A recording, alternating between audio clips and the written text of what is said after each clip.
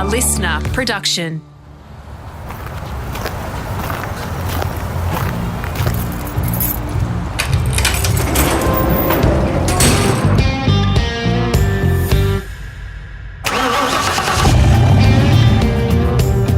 I'm automotive commentator and journalist Greg Rust, and this is Rusty's Garage.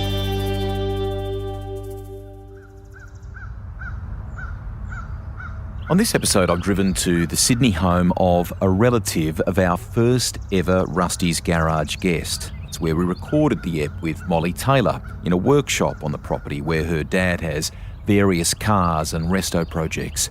Molly used to keep a 1986 BMW M3 here, and we unearthed a yarn about an Audi Quattro she jointly purchased with her mum, Coral, a car once owned by media magnate Kerry Packer. It's Coral that I'm here to chat with today. Her story is remarkable in both motorsport as a champion rally co-driver and more recently on the board of organisations like the National Roads and Motorists Association and now Motorsport Australia. When you think of Coral, you immediately think of Neil Bates Motorsport. She navigated, as they used to say, beside Neil to 4 Australian titles, including 3 in a row in the early 90s. The Toyota pairing enjoyed epic, very memorable battles with the late Possum Bourne in his trademark Subaru and others during a golden period for the sport. They've driven in World Rally Championship events in Celica GT4s and Corollas. There's a Targa Tasmania win and more. No wonder this widely loved member of the motorsport community is an ARC and Australian Motorsport Hall of Famer. As you'll hear, Coral's talents go beyond pace notes. She regularly drives the team transporter or semi-trailer, can ride a dirt bike, sort of, and can run the tyre changing machine better than most. Now, we started our record outside by the pool, but the wind picks up and we move inside during the discussion. This is a really nice walk down memory lane with as many twists and Scandinavian flicks as you get on your average rally stage. We'll head to the start line and open up on the early life of a family from overseas who chose to make Australia home. I was born in England and my parents were 10-pound immigrant Poms when I was 3 or 4. And when I look at that, it's different now. In the 80s I went to England and I visited where they lived. And I really hadn't appreciated what it must take for a young couple with 2 small children, to just pick up their life and move to another country. But my mum always said the big thing about living in England was it was always freezing cold, and she was just so over being cold. So they arrived here and they are absolutely the people that thought they'd come to the lucky country. Dad came 6 weeks ahead, had bought a house. Now, their house in England, they were living with no indoor bathroom, no toilet. It was an outdoor toilet down the back of the garden, no hot water. It was the traditional boil the copper and have your bath once a week on Sunday. So my mum couldn't believe it. Dad had bought, a brand new 3-bedroom brick and tile in the suburbs that had a bathroom. The weather was warm and, it was just amazing. They loved it. They then decided that people in Australia had swimming pools, so they hand dug, the pair of them, with shovels. This hole in the ground. We've got old, Super 8 videos of them with these scorched, sunburnt backs, black red from bending over in the sun and hand digging this pool that Dad then formed up and poured the concrete. So for us, my early childhood memories are all about this swimming pool. Summers in a swimming pool. Yeah. That's my big memory. And Dad, he was a jack of all trades, master of none, but he was a super hard worker, and he just dug in. Within a very short time, he had multiple businesses in Adelaide and had a hardware shop and a fencing business and a demolishing business and various things. And, life was all cosy in suburban Adelaide. He was a man of conviction, I think, too, from memory. Did he not sort of say on a whim that, I can't remember what side of politics you may have followed, but it was like, you know, if the Labor Party gets in, well, we're out of here kind of deal. And you moved to Mount Isa, I think, didn't you? Oh, totally. And I still remember, I was 11 at the time, and Don Dunstan was standing to be Premier of South Australia, and Dad said at dinner, and I probably can't repeat the words he actually used to describe Don Dunstan, but enough to say that he would not live in a Labor state, and if that man comes to power, we're leaving. And you know, Don won the election, and on the Monday morning, and when I tell this story, people don't believe me, and it's absolutely true. He closed the door on all of his businesses. He bought an international truck and a caravan, a 30-foot caravan, mind you, which in the day was like, that was just massive. The biggest thing we'd ever seen in our lives. And he packed, mum, dad, 2 kids and my dog, and we drove out of South Australia. And was it Mount Isa that you ended up at? And I mean, I hear stories of, like, you know, you would kind of chase snakes, you weren't afraid of snakes, things like that. Oh, you've been doing your research. At that point, Dad just took jobs as a farm worker. Mm-hmm. So we lived in multiple places, wherever there was a job. You know, we lived in Dalby while they built some wheat silos and various things. But then he did take a job. Yeah, it was building a dam. It was about 2 or 3 hours north of Mount Isa, in the middle of the bush, Julius Dam. So they were building this huge dam, and so that's where we headed.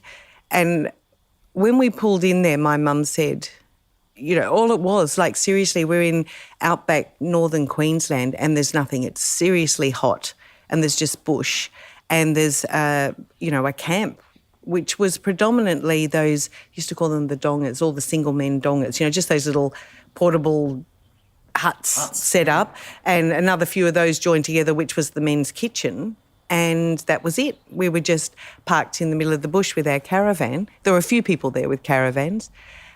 We were the only family with any children, so there were no other kids around. Wow.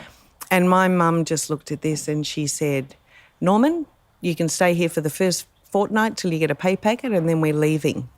But we ended up being there for 18 months. Wow. And we loved it, even my mum. And it was, you know, a totally unique way of living. You know, we did our school by correspondence, and basically you had to do X number of hours. And initially, because of the heat, we decided, Pearl and I, my sister and I, that we'd get up really early, you know, started really early. So we'd done our hours by mid to late morning, and then we had the rest of the day free. Mm. So, you know, we learnt to ride motorbikes, drive cars. We would just go bush for the afternoon. Yeah, we'd catch snakes and do all sorts of things. It was an amazing, amazing time. At some point, your dad, Norm, obviously gets a motorsport bug. What was the first sort of attraction to it that you can remember? Maybe an event that you went to, or what was it? It wasn't. I didn't have an attraction to it. You know, Dad, when we lived in Adelaide, Dad rallied in the 60s. I know he promised my mum a new car, and he bought a new Toyota Corolla at the time, but he forgot to tell her that, yes, that was her car to go shopping, but on weekends he was going rallying, which he did, seriously. And then he ended up driving for what was Datsun Distribution at the time. In a 1600? Yes. Yeah. And he did the Ampol Round Australia trial in 1970. And then when we left Adelaide, we were actually living in Queensland at the time. It was 1979, and they were talking about the Repco Round Australia trial. Mm-hmm. And over dinner one night, so I'm 18 by now, and Dad said, they're having a Round Australia trial. I think I'm going to get a car and go and do it. And I said, quite innocently over dinner, oh, that sounds like a great adventure. I'll come with you.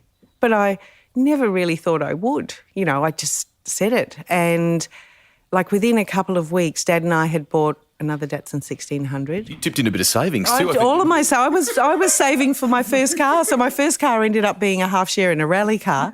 And I stopped going out with my friends. I got all involved in this. We were prepping the car in the garage for this big adventure we were going on. And I still remember the first time we tested it. And it wasn't Dad driving. It was another friend, Bruce Smith of ours, that took it out, and I went and sat beside him. And I was just blown away because I was a young child when he rallied in the early years. You know, I knew he rallied. I thought everybody's father was a rally driver. It wasn't something I was aspiring to. but I also had no idea what it was really like. So when we did this first test run, my eyes were like saucers. I just couldn't believe it. But anyway. In a captivating way, you fell in love with it? Or? Well, I don't know that I fell in love with it at that point. I think I was so amazed at what we were about to do. What a car could do. Yeah. Well, what a car could do, exactly.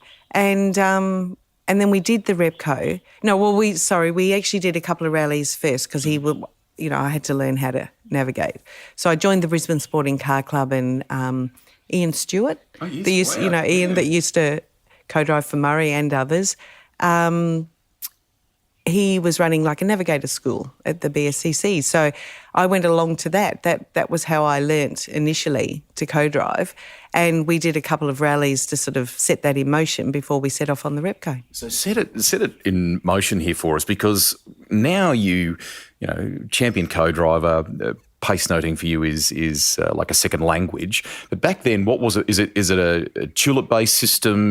Describe what co-driving and navigating was like way back then. Totally different. I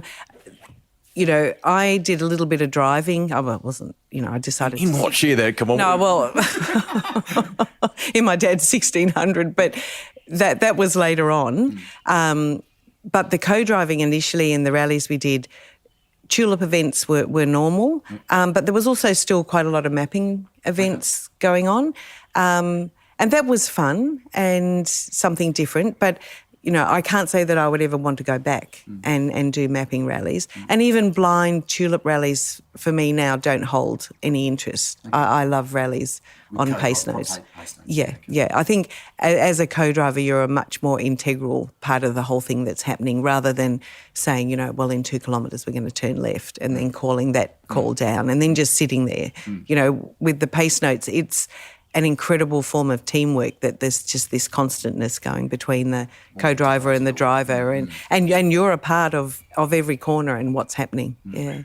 Are you using back then things like Halders and set the scene for people, because they were a great tool for sort of co-driving back then, that you had to sort of set you certain gears with them and things like that to calibrate them, didn't you?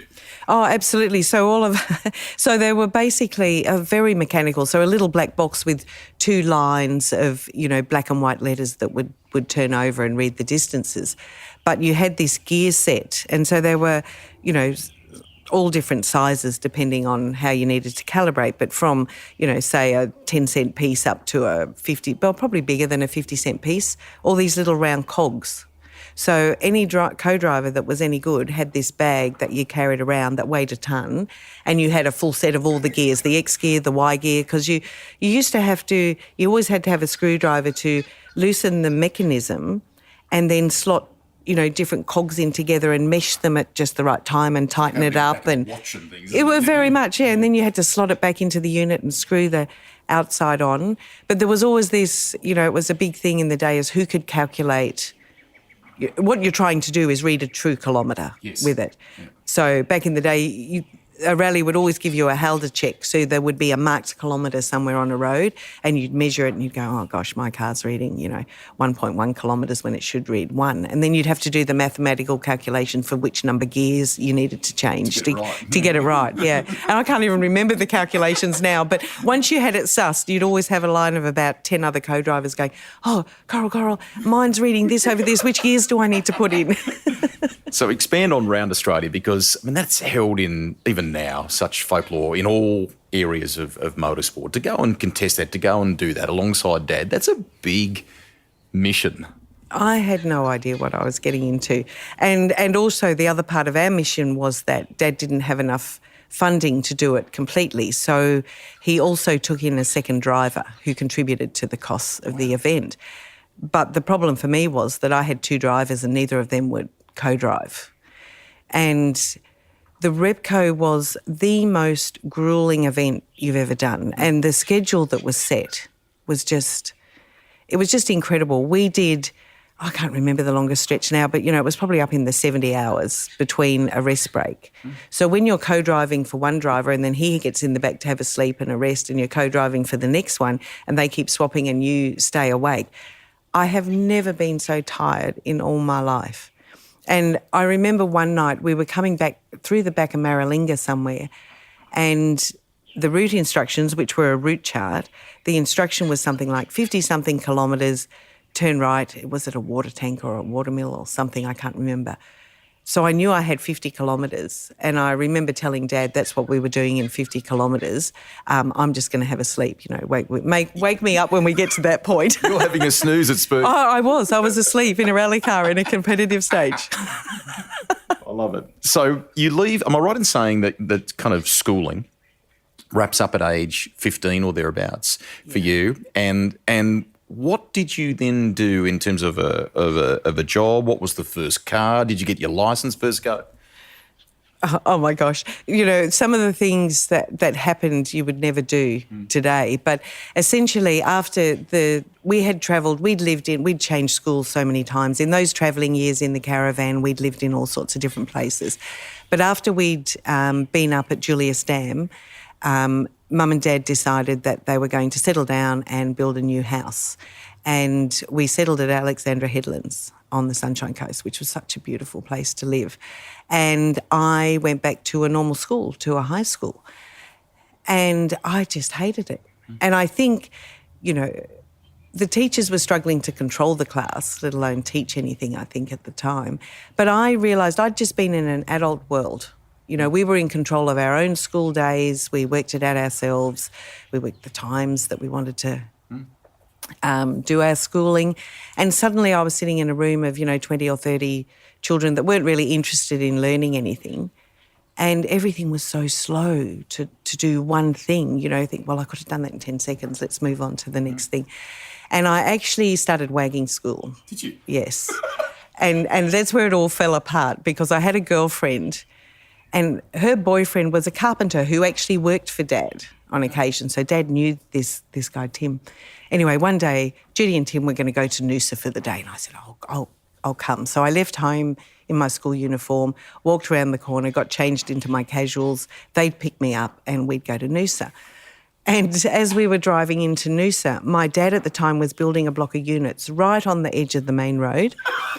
And as we came down the hill, I could see him standing on the top of this building, probably on a second-storey roof.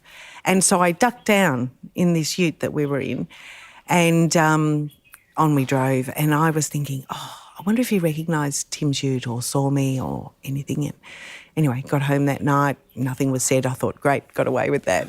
And we're sitting having dinner, and quite casually Dad said to me, he said, so, did you have a good day at Noosa today? And I thought, I'm in a bit of strife here. And I said to him, I hate school. I hate going there. And he said, well, you're not leaving school unless you get a job. I said, fine. And a week later, I had a job. What I never told my dad was that the job that I got, my boss had actually offered me the job and said we were halfway through year 10 at the time. So then it was called your junior certificate.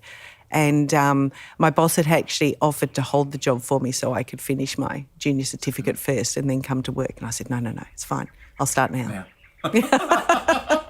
So that was the end of, formal schooling for me. Wow. Later life would, motorsport would become occupation for you. What was that job to begin with? And tell us about your first car and life generally at that age.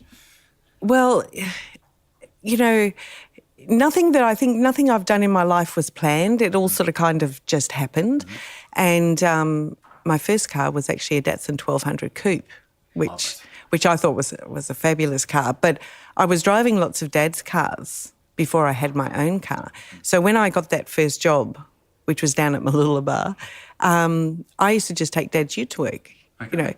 And, I mean, can you imagine that today, With Dad, there was never many rules with my dad, but, you need a car, you need to go to work, take the ute. No licence, doesn't matter. Okay. I actually can't remember when I did formally get my licence because I was really just driving. You were so used to it. I was just driving for years before I even had a licence. And one of the other stories about all that was Dad was still doing form work. He had a form working business at that point. And he was really, really busy and he had jobs going all around the place. And he was basically had some jobs running on 24-hour shifts to meet deadlines. And at the time he was doing a job in Gympie. Mm-hmm. And he'd come home for dinner that night and he was going to have dinner and then he was going to leave because he had to get a load of form work. back up to Gympie to this job.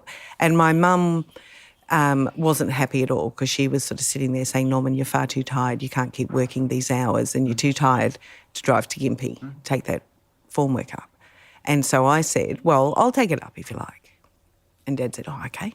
He came with me, but he did sleep in the passenger side. So I'm still underage and no licence. And so I take Dad's truck and he had this old Bedford, like a big flat tray with those wire cages on the side. And Dad being Dad, the formwork towered far taller than the wire cages on the side. Yeah, everything was always overloaded to the hilt. And I'd never even driven this truck before. So I took this overloaded truck from Alexandra Headlands up to Gympie to drop it off at the job that night. Amazing. I remember going up, this hill and going down through the gears, and of course this truck was struggling with the weight it was carrying, and the only gear left was first gear, and having that little panic like, oh my gosh, is this truck going to make it up the hill? Which it did.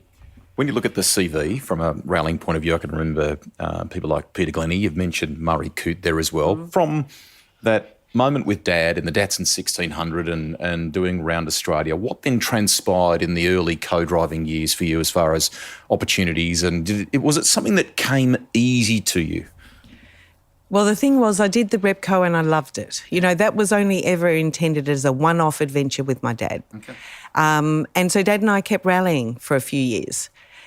Doing mostly Queensland state championship events, but we would often go and do an ARC round, always do the Queensland ARC round, but the Alpine was the big thing of the day. So we'd always, do a trip down to the Alpine. And then I think he just got busy at work and he wasn't doing so much. And Peter Markovich was at the time the Queensland champion, had asked me to do an event with him. So I started doing some rallies with Marco and the Peter Glennie thing happened next because Peter was coming down to do the 2GO in New South Wales. And his co-driver was ill, his normal co-driver. So I was just asked to fill in for one event. And so that's how working with Peter came about. And then that became a permanent position and Peter and I continued to rally together. And I actually won my first ARC with Peter. Yeah. Tell me a bit about that. In Tasmania. Well, the crazy part of that story is that I'd just had my first daughter, Jane. Yeah. Jane, and I'd convinced Mark that we could, we've got this little baby. I mean, we went to our first rally when she was 2 years old. I wasn't competing. We just took this baby and went up to a rally in Banarkin, and I've got photos of us sitting in the service tent with Murray Coote, all dusty and dirty in the middle of the rally, and then next to him this baby bassinet with the baby in it next to the generator.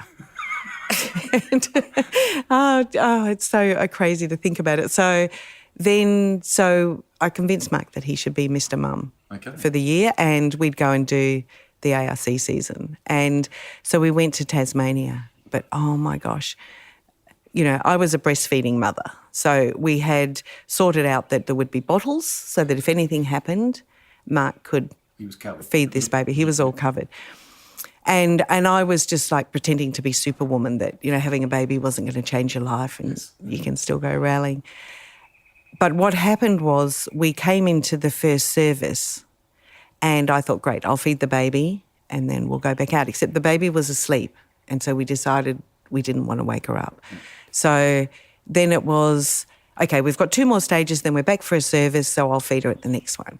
And we came back the next time and we had all sorts of dramas. That Halder we were talking about. Yes. By this stage, Halder's had moved a little bit and there was now an electronic device. You could press buttons. But also if you were really lucky, you had a remote. So you didn't have to lean forward and press the button. So we had this little rectangular box on a cord that was attached to the Halder. This is top drawer. Oh, top drawer. And as you did the turn left, you could press the button and the meter would go back to 0 and start again for your next intermediate call. Well, just before coming into service, I'd thrown that up on the dashboard, but the back of the dash was kind of an open area. And this little rectangle unit fell down behind and got stuck in the wiper mechanism in a rally where there was some rain and we needed the wipers to work. So by the time we pulled into that service, Mark's standing there with the baby, who was happily awake but not crying, just standing there. And I said, I haven't got time, I've got to sort this. So I'm fiddling around to get this remote untangled from the wiper mechanism. And so then we went back out and I said to Mark, it's okay, we've got 2 more stages and we're coming back. And then they had what they used to call a division break, which was like an hour. I've got a whole hour in the division break, it'll all be good. The problem is, and only a woman will understand, is that when you breastfeed a baby and the milk is being produced, if you don't actually feed the baby and relieve that, you get to explosion point. But then it backs up. And I didn't know, but it actually gets lumpy and goes back up under your arms, into your underarm, and it's excruciating to touch. So I was getting to that point, and I've got a harness on in the rally car, but I'm not going to let on to Peter that there's any issue. He'd always say, how you going, mate? I said, yeah, it's all good. So by the time we got to the division break, all I wanted was this baby, and I couldn't find Mark anywhere. And I'm walking around the service park. I said, well, see, Mark, where's my husband? Where's my baby? And, of course, what had happened while we were out, she'd cried, so he'd given her a bottle. So I spent an hour of the division break in a car, and it was quite cold, trying to wake this baby up enough to feed. And, of course, she wasn't really interested. So on we went. And the rallies went into the night back then, and we had a nighttime service somewhere in the middle of a forest, and it was absolutely freezing cold. Peter's wife, Barbara, was there making hot soup for everyone to keep us warm, and that was where Mark lost it. He just looked at me. I can't tell you the actual words he said, but it was along the line with a few expletives thrown in, like, what the heck are we doing to this child? Why are we out with this newborn baby in the middle of a freezing forest in the middle of the night? I said, it'll be all right, darling, it'll be all right. Oh, my gosh. Yeah. And he is. I mean, you've joined a little dot there about your husband, because he's got rallying in the veins as well. He's got a beautiful 1970 XYGT Falcon rally car. How did you guys meet?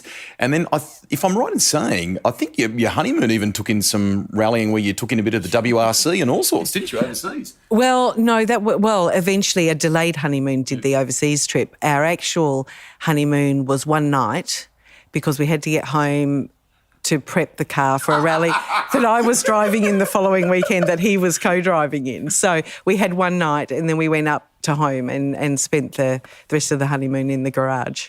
Gold.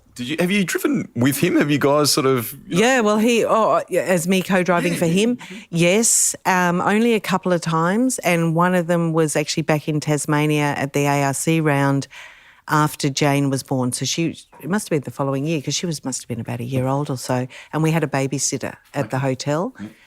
And Mark was just driving so slowly. And we got to one start control, and I said, are you all right? I said, for heaven's sake, I could drive faster. What are you doing? And it wasn't until after the rally, that early on in that rally, we'd had just a very minor off in a stage, and he didn't tell me till after the rally that his thought at that moment was, what are we doing, both of us in the same car, and our child is with a babysitter at the hotel.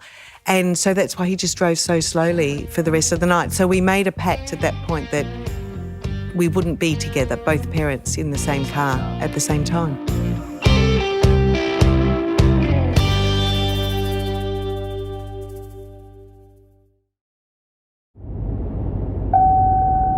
The Scandinavian flick. Sounds like a hairstyle. When you eventually did get that honeymoon, join the dots here for me. Somehow you ended up hooking up with a television crew that was working on the World Rally Championship and helping them. And tell people, are we talking here sort of Group B era and Audi and Peugeot? What sort of cars were you? Oh, absolutely. We're talking Audis and Michel Mouton and Walter Roll and, it was the most amazing thing I'd ever seen in my life. We were in Australia rallying in Escorts and Datsun 1600s, and suddenly this was our delayed honeymoon. We decided to take 6 months. We bought a camper van and we were travelling around Europe and going to rallies. And we went to Finland. Which is, for people that don't follow rallying, iconic rally event. Absolutely. Well, we had a very limited daily budget, and we hadn't realised how expensive all the ferry crossings were to take a camper van across to Scandinavia. So we'd ended up free camping for a few weeks to save the camping ground fees, to save up for the extra petrol and the ferry fees to go to Finland. But we arrived there and... What are you in, a little Bedford van thing? Yeah, it was a Bedford van. It was a pale blue Bedford van we called it Bluebell. We were in Bluebell. And but my eyes were just opened. We couldn't believe the crowds, for starters. It's rallying in Finland is what football is to Australians. It's it's like their national sport. And we were just standing. Well, the first thing we went to was the shakedown. And the first time I saw those cars come past, I'm sure if you had a picture of my face, it was jaw-dropping and mouth open and the most stunningly fast things I had ever seen. But while we were out spectating, back then there didn't seem to be many English-speaking people around. People didn't travel as much as we do now.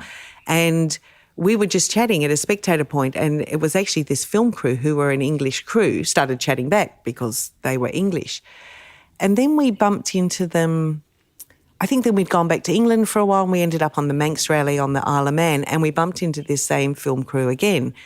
And so basically they thought that we were just following rallies everywhere. And so at the end of that on the Isle of Man, they said, "Oh, well, we'll see you in San Remo. That's the next rally." And I said, "Oh, no, we're actually going to be going back home to Australia. We don't have any more money left." And he said, I tell you what, he said, "We need some people to carry the camera equipment." He said, "If you can get yourself to San Remo, we'll look after the rest." Fantastic. So we sold Bluebell. Bluebell became some air tickets to Italy. But just imagine, Rusty, like now you've got all these little portable devices to record and do things on. Back then, the camera units and the recording units were huge, heavy boxes. So it was actually hard work. Well, Mark carried most of the heavy stuff. But yeah, lugging these big cumbersome recording boxes out into forests and out on the stages. But that was unbelievable, We were lucky to see the WRC back in the heyday, back in the era of those amazing cars and people. And when in Italy, it's mind-blowing, you've all seen the videos of it, the people just lining the edges of roads, there's no crowd control, the parting of the seas and all of that. It was just an amazing experience. And the cars, as you say, were, loud, bold, what they could do compared to what you were used to in, say, a Datsun 1600 something. It was just next level, wasn't it? Yeah. And the most amazing part was, because we were part of the film crew, we had media passes.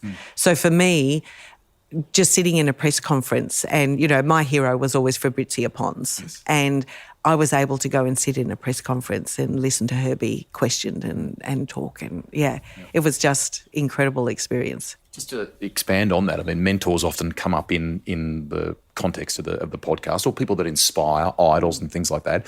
Just expand on Fabrizia, because she and Michel Mouton, they were it was a big story back then, wasn't it?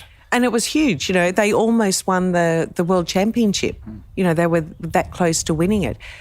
I just admired them because they were out there, they were competitive, and they were, fighting the fight. They were such professionals. And, over the years since then, I've met Fabrizia and, she had done some mentoring with Molly when Molly first started. And to this day, I think, I can't believe I actually met her or knew her, or that she was even involved in, some of the rallying that we did. But they were just truly inspiring. I don't know if you've ever seen, there's an old video called Chariots in the Sun, which is of an Acropolis rally. And when you would pull up on the side of the road and have 5 minutes to do a major surface, and it's stinking hot and the rally's as rough as. And there's always this scene with Fabrizia jumping out of the car, looking at a watch, which is this huge watch, almost the size of a dessert plate, to see if she's got enough time to run in and grab this drink of water in the shop. And she runs out. And at that time, they had some issues with the car, and Michelle's, yelling, "Is it fixed? Can I go fast? Can I go fast?" They said, "Yes, you can go fast." And they zip off, just incredible. love the I love the recount of all that. So I may be jumping around a little bit here. From that, had you already started working with Murray Coote, and I think he was in a 3-2-3 back then, or was that post this trip? No, that was after that trip. So Murray was, initially it was supposed to be 91 and then Mazda didn't get organised, so it ended up starting in 92 in the Mazda 323 Familia. So that was my first, factory official experience, yeah. And look, none of this was intended. When I was doing some rallies in Queensland, I would stand at a presentation at the end of a Queensland State Championship round and I would look up and Wayne Black and Dale Payne had won this event.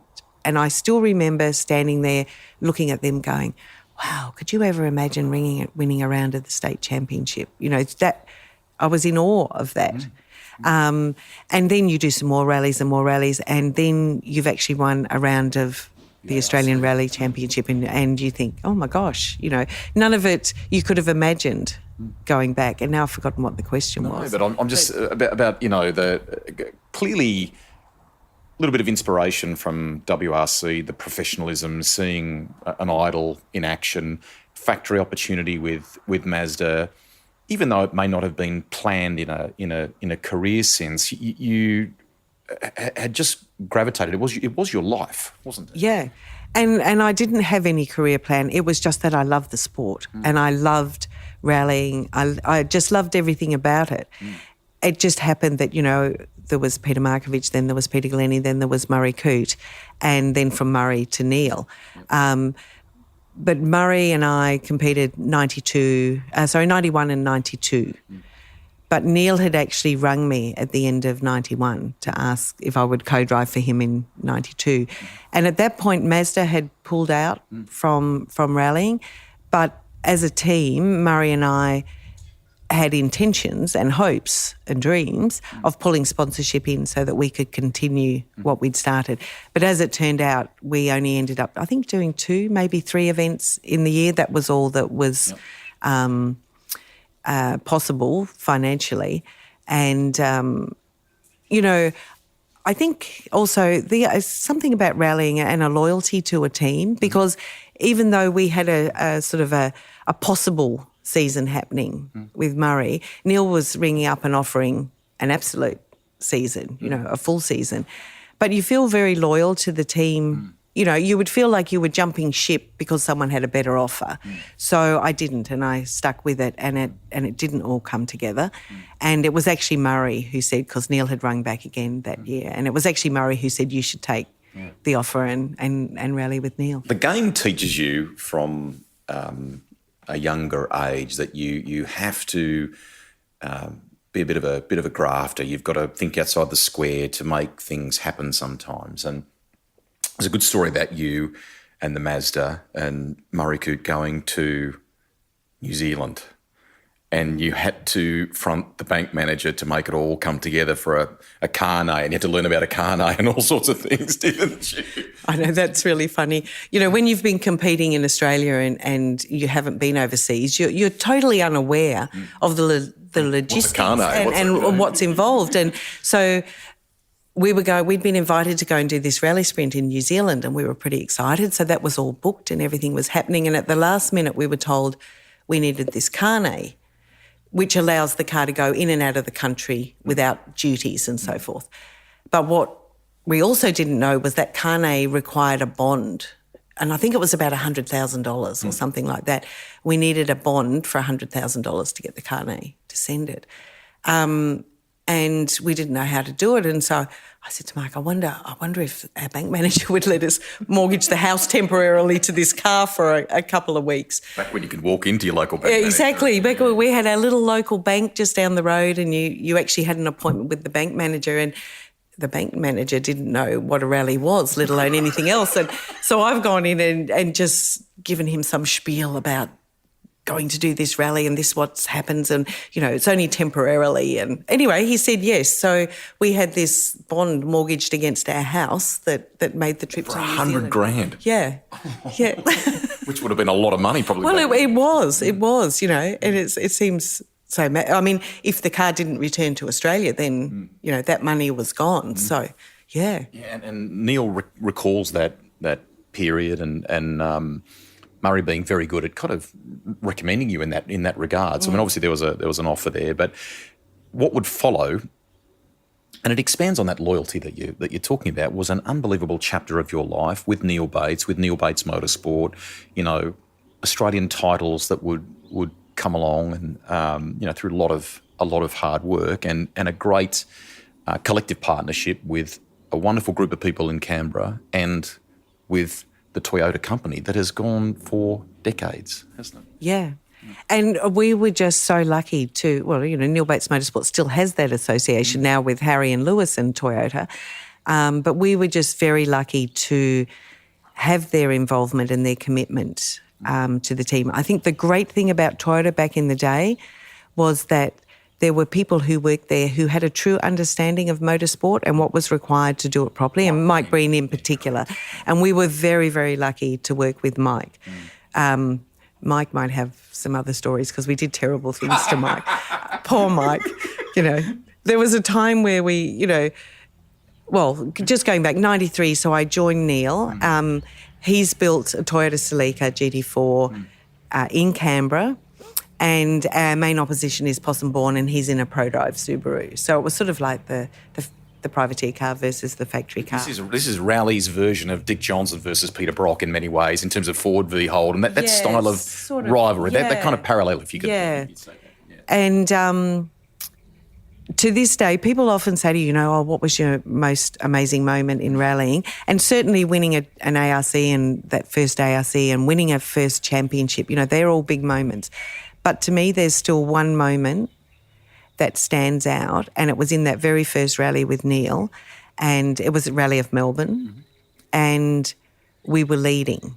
And back in the day, we didn't have service parks, so servicing was still on the side of the road, and you would come out of a stage, your service crew would be there, you'd pull up, do your bit, move on. They'd all pack up and they'd move to the next spot. So, the service guys just had the biggest job with repacking trucks and moving and setting up on the side of a road somewhere to service each time. It's just incredible.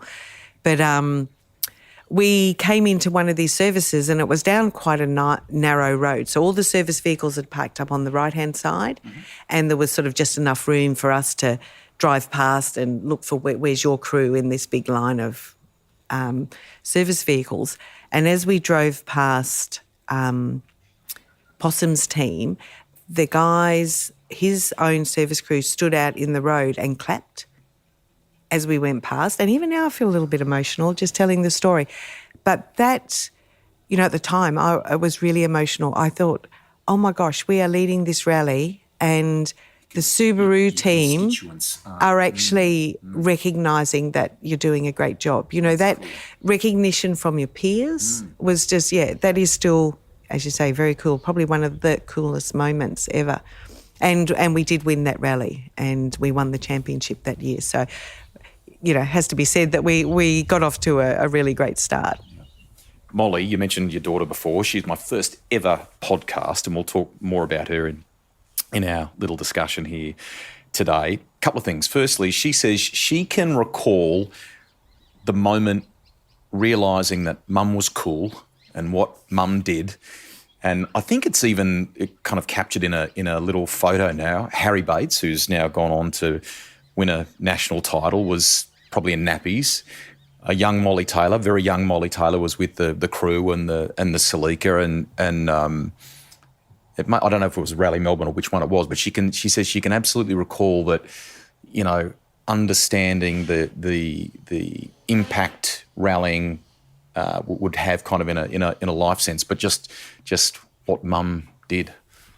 Yeah, we've got some photos of the kids. We used to get the kids up onto the bonnet of the car and they'd get a podium photo, which they thought was pretty cool. I think my other daughter, Jane, always thought it was pretty cool if I could drop them to school because, of course, back in the day then my road car was a nice GT4 with the wing on the back. And so they thought they could impress their schoolmates if I could drop them to school in the Celica. Jane was a little miffed, I'm told, because Molly's birthday used to fall around Rally Canberra. Is this true? And can you remember how you used to deal with it? I think Molly used to get nice nice presents because you were away rallying in Canberra and you felt maybe a bit guilty about that. So Jane was like, for goodness sake, can't my birthday fall on a rally? Oh, I don't remember the bits about one present being better than the other, but, it was probably true. Actually, they used to, because when I was away in those early years when they were young, Mark would work from home at the time to be with the girls. And so usually the biggest regret when I was home was that if I made school lunches, apparently I didn't make them as good as Dad did. This is true. And we actually had a funny moment. One day Toyota were wanting to do a filming for something. I can't remember what show it was for, but they wanted a segment on Coral Taylor at home. Mm-hmm. So they would come in the morning and I was just to act as normal and make the girls' lunches and, kiss them goodbye as I'll have to find it for you one day, Rusty, it's hilarious. And then they would run off to school saying, bye, Mum. Anyway, the aftermath of that day was when they got home and they walked in the door and they were absolutely dirty because at that point Mark was always making their lunches. And apparently I'd put the wrong sandwiches in the wrong box. So, Jane got what Molly was supposed to have and vice versa, and neither was happy that they had the wrong lunch. And, could I get out of the kitchen, please, and bring Dad back? I love it. Neil reminded me of a good yarn. You are the eternal optimist. He says, cast your mind back to Rally Australia. Engine shits itself. Oh, my God. Do you remember what you told him? And I think he was holding the fire extinguisher at the time. I am the eternal optimist. And I think you're so engrossed in the event you're doing and you're competitive and all you want to do is do your best and win. And then an engine lets go. So the disappointment is huge. And, I'm not particularly, a mechanical person. I have, a rough idea. But, I always look at the miracles that, the guys at Neil Bates Motorsport can perform. So to me, the engine's just made a big bang and there's flames and Neil's got a fire extinguisher. But in my head, we might still be able to patch something up and get going. So I think that's probably what Neil is referring to. I think when I said, well, can we get it going? And he sort of kind of pointed down and there was a big hole in the side of the block and he said, I don't think so, Coral. I don't think so. Rally's got many different disciplines, gravel, snow in some countries, tarmac, obviously. You and Neil have an outright win and class success at Targa, Tasmania as well. I mean, that's another event in this country and globally that's held in such high esteem. That's another pretty big box that you've ticked along the way. Yeah, and the first year we went to Targa, Rusty, Toyota had just released the new GT4 205. And so our taking that car into Targa was the world competition debut for that model. And the boys only got it, a couple of weeks, 2 or 3 weeks maybe before the event. So it was pretty much a standard car. They'd put some suspension in it and tested it late at night on Cotter Road. Probably couldn't do that these days either. Anyway, and so and off we went. And there was a guy, Rowan Burns, who was actually the PR manager of Targa at the time. I think maybe, I probably shouldn't talk about people on air, should I? But I think they were very keen that a European marque would win that event rather than a Japanese marque. I'm not sure. But anyway, we went down and Targa does a prologue to determine your starting position and we had won the prologue. And he didn't seem very happy about that. So he started to say things along the lines of that we were there with a full-blown rally car and we were saying, well, it's pretty much a standard car with some decent suspension and so forth. And it went on and on. By we were leading and day 4, by then the stories were that supposedly we'd gone there with a car straight from TTE in Europe. And so that was all a bit amazing. But for Toyota Australia and Toyota Japan, when it looked like we were going to win the event, Japan were then very keen to have some vision and footage of this. It was the world competition debut and it was going to win Targa Tasmania. But the final day is down the west coast of Tasmania, so access is limited and difficult. So Toyota Australia hired a helicopter, which led to a whole other group of stories. But anyway, they had this helicopter to grab the vision for Japan. And anyway, long story short, 3 stages from the end, we passed a car and a rock flew up and hold the radiator. And so the car overheated, we came to a halt. We tried to keep it going. We limped through the next stage. And so we had one stage to go, which was just the little town stage at New Norfolk. But we were sitting on the side of the road. And there is a vision of me sitting on the side of the road in the long grass with a few tears in my eyes. We were very sad. So we'd gone from sort of hero to zero, particularly with Japan getting so excited about the possible result. And it wasn't to be. So that was hugely disappointing. But we figured that if they were going to accuse us of going down there with a full-blown rally car, then next time we would. So we took the full-blown rally car down the next year and we won the prologue by something horrific, like 13 seconds or something. Neil will remember, I can never remember the exact amounts, that we even looked at each other and sort of went, oops. Maybe if we'd known it was going to be that, maybe we should have just backed off a bit, because there'd been quite a furore going on even in the newspapers prior to the start of the event, that we shouldn't be allowed to take the rally car down. Anyway, and we did win it that following year. So, that was certainly another highlight of our motorsport to that point. Sad thing is, though, they banned the car the following year, so we couldn't take it back.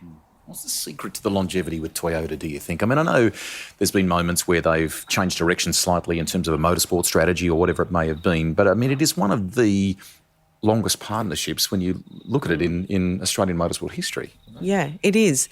And, I think, Neil and Neil Bates Motorsport has obviously had, a great relationship with them and total loyalty to them for so long. But I also think that Neil's one of those guys, a lot of people come into motorsport and might burn sponsors, you want too much or you ask too much or you don't deliver what you say. I think Neil's always been very honest and fair, and done so much for them in so many ways, lots of little things around the edges that people don't see. And we did have and still do have, a great relationship with the company. As you do in the sport with all sorts of people, and over time I've known you to, help this person, or someone comes to visit and you do something for them, or you might even be caretaker of something for a while. And I'm going to recount a little story for you here.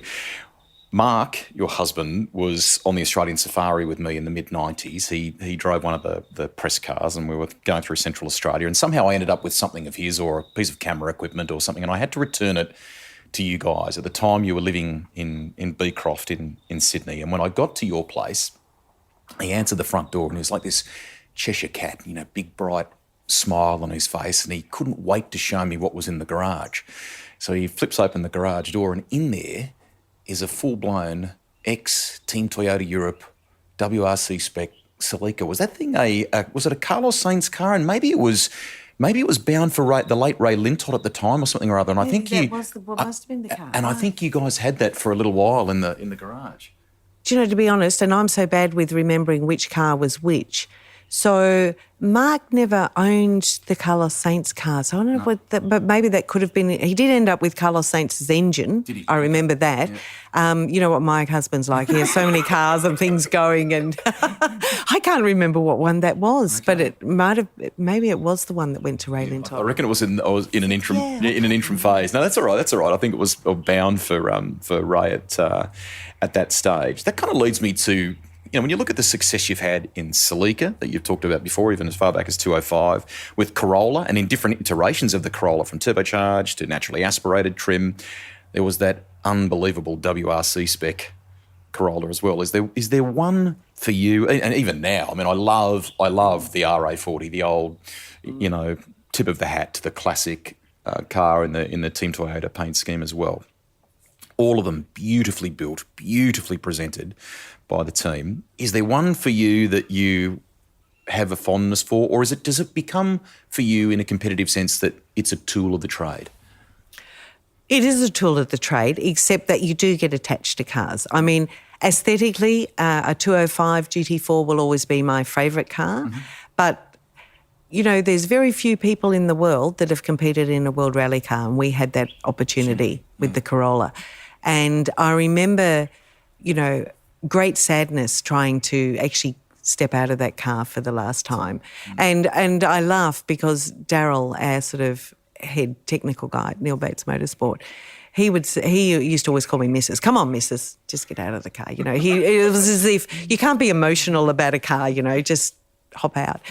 And yet, I have seen him so emotional about cars. It isn't funny. So I think all of us get very attached and emotional to the cars. We did have a car once that, you know, when they say you have a Friday car, you know, the lemon.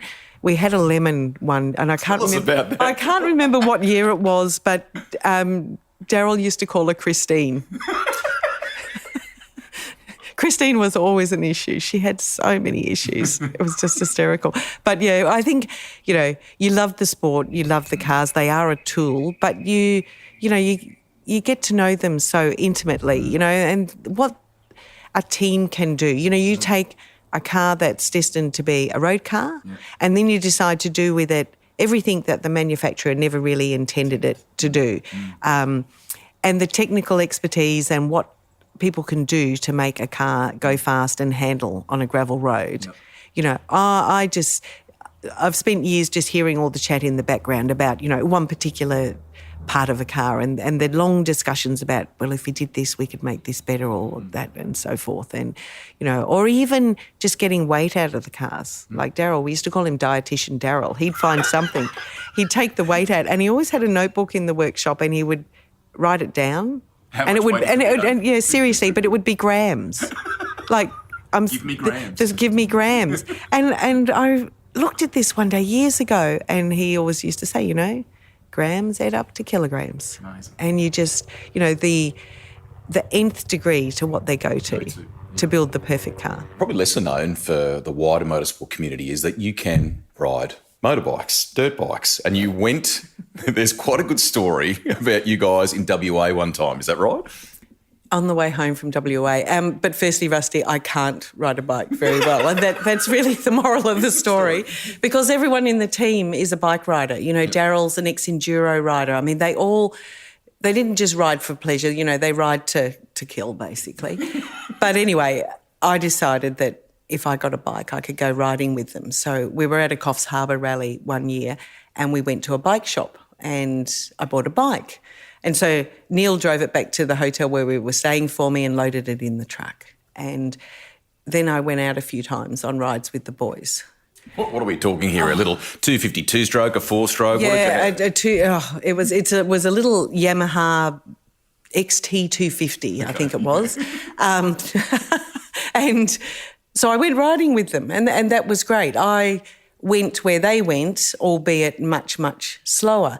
But the problem was we'd done a ride one day and I'd actually gone wherever they'd gone and Daryl said to me, well, you know, if you can get through there, you're fine. You can go anywhere, which gives a really bad rider too much confidence. And anyway, Daryl's sister used to manage the roadhouse at Cocklebiddy on the way to Perth.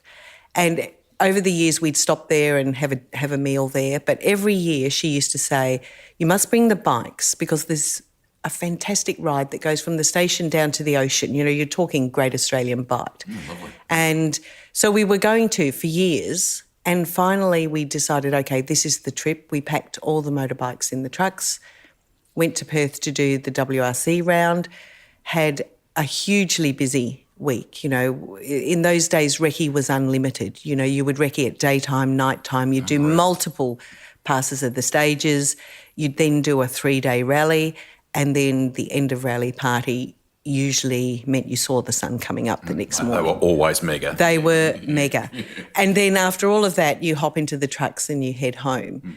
But I think our truck broke down on the way out of Perth. So the original plan had been to arrive at Cocklebiddy at lunchtime, do this 3-hour easy ride to the beach and continue on. You highlighted easy then. Yeah, exactly. So we arrived late. We undid the bikes and Daryl gave me this little bit of paper, which was a mud map, and all it had really was one crossroads. You just followed this track. There was one intersection, go straight on, keep going to the beach. So I said, okay, you guys go ahead. I'm going to be really slow. I'll see you at the beach. But when I get to this crossroads, they're all waiting for me because they're so sweet. And I said, guys, just go. And up until that point, it had been quite a rocky track, but, you know, I was coping. But as we left this junction, Daryl said, oh, and at the end there's a couple of sand dunes.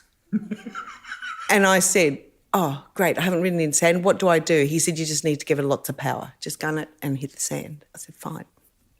A couple of sand dunes turned out to be 10 kilometres of sand dunes. But when I came around the corner and first saw the sand, I went, oh, righto, sand, full throttle, hit the sand, fishtail, fell off. And I thought, oh, my gosh, this is awful. And I'm not kidding. If I tell you on that ride I fell off 100 times, I am not kidding. It was just sand dune after sand dune after sand dune. And it's exhausting because then you've got to get back up, get on the bike, honestly, get going again. Some of the sand dunes were really steep and my bike was underpowered, and by this time it's just the whole exhaust system is glowing red under the load of what I've been trying to make it do. And there was even tree roots in some of these sand dunes that would catch the rear wheel. I mean, I would just stop for a rest because the bike was just standing on its own in the sand halfway up a hill. But all that sort of straddling and paddling and trying to get this bike up, I was so exhausted. Like my thigh muscles were burning, my arms were sore. Anyway, I finally made it to the beach. And as I came over the last sand dune, it was like a view from Krusty Demons. You know, it was like bikes zipping up and jumping off sand dunes and going around. And I just stood there looking at it going, oh, my God, how good are these guys? I can't even get here. And they're... Anyway, I said to them, I said, look, it's going to take me so long to get back. I'm going to start heading back now and you guys just stay playing at the beach and then you can catch me up. So I headed back and I fell off multiple times again in the sand. And at one point I went around a corner and fell off, but my head fell into like a salt bush that you get out on the Nullarbor. And so my helmet was sort of cradled in this bush. It was sort of kind of quite comfortable and I was so tired. I thought, I'll just lay here and have a little rest for a minute. And that's where they found me. So suddenly all these bikes appeared over the hill and here I am laying with the bike half on top of me and my head in a salt bush. Was there panic from them? No, there was a lot of laughter. But they were very kind at that point, so they decided they'd help me get this bike back and that I would walk. Yeah. So they decided they would leave one of their bikes, one would drive my bike and then hop off, and then that person would walk back to get their bike and the other one would take over, and they'd do it in segments. But even for me, you know, this is kilometres walking back and it's now dark. Like we've been out there so long, it's dark. And it's amazing, you know, out there when the days are so hot, the nights are really, really cold. And you've got big bike boots on and you're trying to walk in the sand up and down hills and you're already completely buggered. You know, you've got no energy left. And eventually I get back to where the others are waiting at the edge of the sand and they've built a bonfire at this point. And now it's just sort of lightly raining. So it's miserable, it's cold, you're tired, but, you know, at least there's a little fire going. And we're waiting for Neil and Daryl to come. And eventually, a long time later, Daryl finally comes with my bike and he pulls up, and I can't use the expletives that he used, but imagine all of the worst expletives there ever were. That was how he was describing this bike. And he said, you cannot ride this in sand. So I felt a little bit better that the bike was really useless in sand, but, you know, the rider was pretty useless as well. But then we had to wait for Neil. And apparently in this little tandem thing they had where they would ride and walk and bring the bikes back, apparently I think they were going to do it a kilometre each or something. But in the end, they were only going a few hundred metres each because no one wanted to ride my bike. So the distances got shorter. But the funniest part was eventually we could hear Neil approaching and we went, oh, here he comes, you know, in that beautiful still evening under the stars out in that part of the country, and you just hear a motorbike coming through the dark, except you would hear it and then it would suddenly stop. And then across the night, you would just hear this swearing and cursing and swearing and cursing. And then you'd hear the bike start up again and it would go for a while and then it would stop and you'd hear swearing and cursing. And So what was actually happening is Neil didn't have a light on his bike, so he's driving in the dark. But he can't see where he's going. So the stopping is every time he'd sort of driven into one of those salt bushes and the bike had stopped and he was trying to get it back to keep going. So I felt forever indebted to them for getting this bike back for me. But by the time we all got to the truck, because then we had to still do the last rocky stretch in the freezing cold where your hands are frozen on the bike. And I was so exhausted that I couldn't even get my bike gear off. They had to literally pull the clothing off. And Daryl's sister, they made us dinner. And then my plan then was, well, I think I'll just climb in the bunk of the truck and have a sleep. And Neil said, no. He said, we helped you get your bike back, so it's your turn to drive. Oh, okay. Oh, man. But we also, I think it was Mundrabilla was the next fuel stop, because not all the stations are 24 hours over there, and our original timing before we ran late was that we could do this ride and make Mundrabilla before the service station closed. But of course we got there and it was closed, so we drove up and parked the trucks at the Bowser, and I looked left, Daryl was driving the other truck, and when I looked left as we stopped, his head was laying down asleep in the steering wheel, you know, like this with his arms up. Already shut down. Already. And so I just slept in the driver's seat of the truck until, you know, it was very abruptly, we were very abruptly woken up by this cranky service station owner because trucks were parked in his driveway, and basically it was bashing on the side of the door and saying, come on, get your fuel. Yep. Yeah. I love it. So I decided that, you know, I should probably quit the bike riding thing before I really injured myself. The great thing that this leads to is, I'm sure they've recounted that story many times and wound you up about it. It's had lots of good miles. Is just the strength in that team of people, long-termers, Daryl Bush, you know, Neil Bates and yourself, obviously, but others. There is a great group of people there that have played such an important role over a long time in the team success.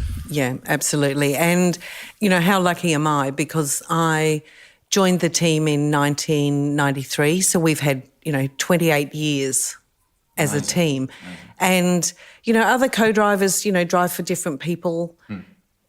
And I've just really, for those last 28 years, sat beside Neil, beside, you know, a driver who's so competent and so good. So I've never been one of those co-drivers who had to jump in with someone whose ability you weren't quite sure of, or worried about the capability in the right-hand seat.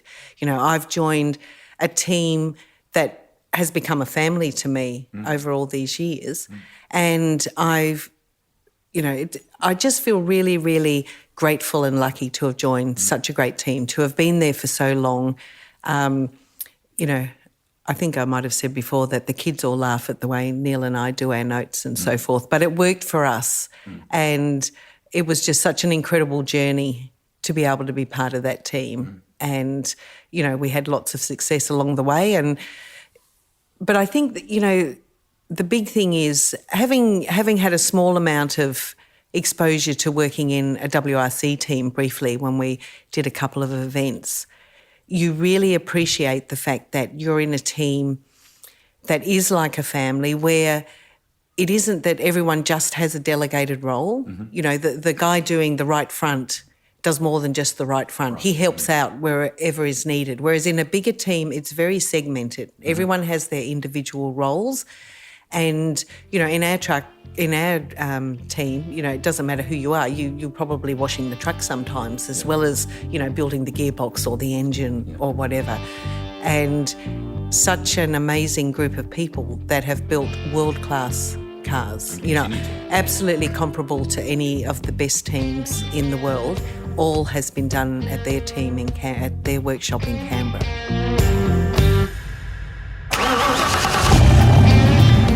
That's the end of part one of my podcast with respected rally co-driver Coral Taylor, but there is still lots of good stuff to come in this ride.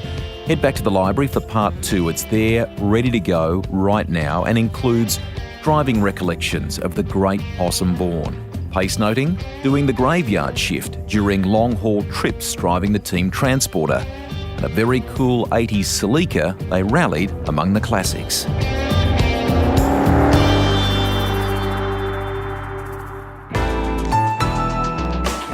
Listener.